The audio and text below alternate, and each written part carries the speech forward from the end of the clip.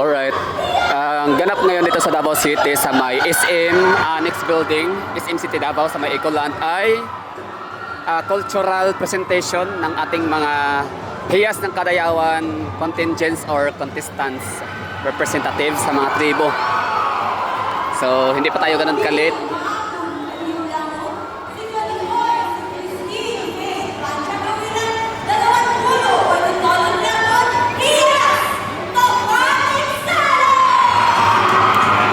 Salog.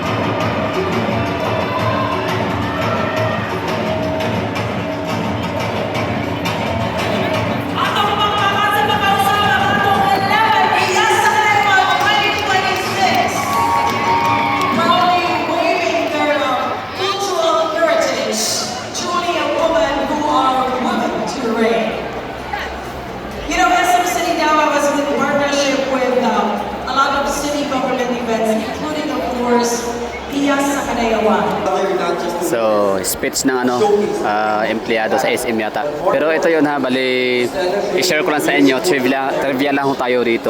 Ang Davao City kasi, kakaiba ho siya na festival. Hindi siya kagaya sa ibang mga festival sa mga syudad, probinsya o mga munisipyo ng ating bansang Pilipinas na may kinalaman sa mga religious. Yung iba wala lang, gawa-gawa lang. Yung iba ay tawag nito parang theory lang, ganyan, no? Yung parang mga historical theory, mga ganyan. So, wala talaga siyang, wala lang. Mayroon lang silang ma-celebrate na festival. Well, dito sa Davao City, kakaiba yung festival namin dito. Kasi talagang, diverse culture, no? Or we're celebrating diversity. And, mga good harvest. Basta yung, yung dami namin, napaka-diverse talaga ng namin dito. Ng community, ng aming culture. Kasi nga, mixture of tribes and ethnicity, no? So different tribes from Lumad and different tribes from Muslims. So yun ang galing kasi every August, month of August, yun nga, we're celebrating Kadayawan Festival. So isa sa mga sineselebrate namin hindi lang yung mga masasarap na prutas, kundi maging yung kultura ng mga Dabawenyo. Yun na nga, yung 7 tribes of Muslims and 5 tribes from Lumad. So nakakatuwa siya kasi nga super unique, no? Talagang festivities at its finest. No, so tama ba yung mga pinasasabi ko ng mga termino? Basta kakaiba siya, yung literal legit talaga siya na festivities, no? Celebration na. Para bang yung birthday natin, for example, kanya, no? We're nag-celebrate tayo kasi yun talaga yung araw ng kapanganakan. So dito sa Davao City talaga sineselebrate namin kasi nga binayayaan ng mga blessings ang Davao City, sobrang dami. No? So we're blessed with mga matatabang lupa dahil kaya ang ganda ng tubo ng mga pananim dito. So durian, pomelo, mangosteen, lanzones, rambutan, basta sobrang dami, no? So plus ito din yung namin dito, nakakatuwa yung hiyas sa Kadayawan na yan kasi nga siya parang beauty contest, no? Pero hindi siya kagaya ng ibang mga beauty contest na mayroon talagang tinatawag na height, mga height na requirements, yung ganon. So dito hindi required yun, hindi kailangan mag-heel, hindi kailangan na puti, basta kung ano yung i-represent na tribe, no? So Ata, Ovo, Manovo, Matigsalog. So napakaraming mga tribo dito na yun nga nire-represent nila.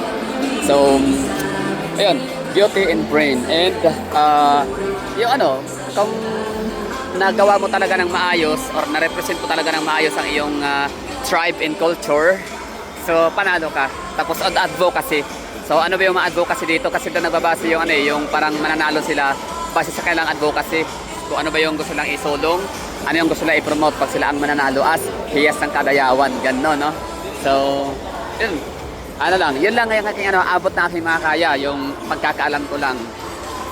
So sila yung previous na nanalo sa yung hiyas ng Kadayawan, hiyas ng Bangsa, Sama, Bangsamoro, mga ganyan, no? Tapos hiyas ng Lumad, I don't know, hiyas ng Kadayawan, ano ba yung iba? Sorry so basta yan, hiyas ng Kadayawan. At kung ano pang mga dyan, hiyas.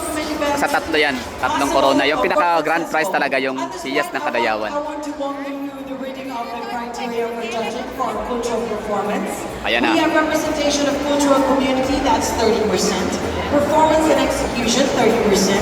Stage presence, 20%. Traditional wear, props, and costume, 10%. Overall impact, 10%.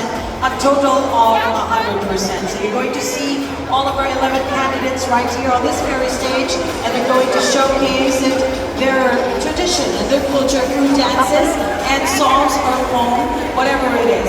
But right now, we're going to call the Yun lang candidate. We're going to Thank you for watching. At next natin na dito, video ulit. Ganun pa rin naman, dito pa tayo sa cultural presentation ng ating hiyas ng Kadayawan representatives or contingents or mga participants or contestants. So, pero ibang na presentation, I think mga cultural dance something, mga ganyan, no? So, yung kanina papakilala lang yun. And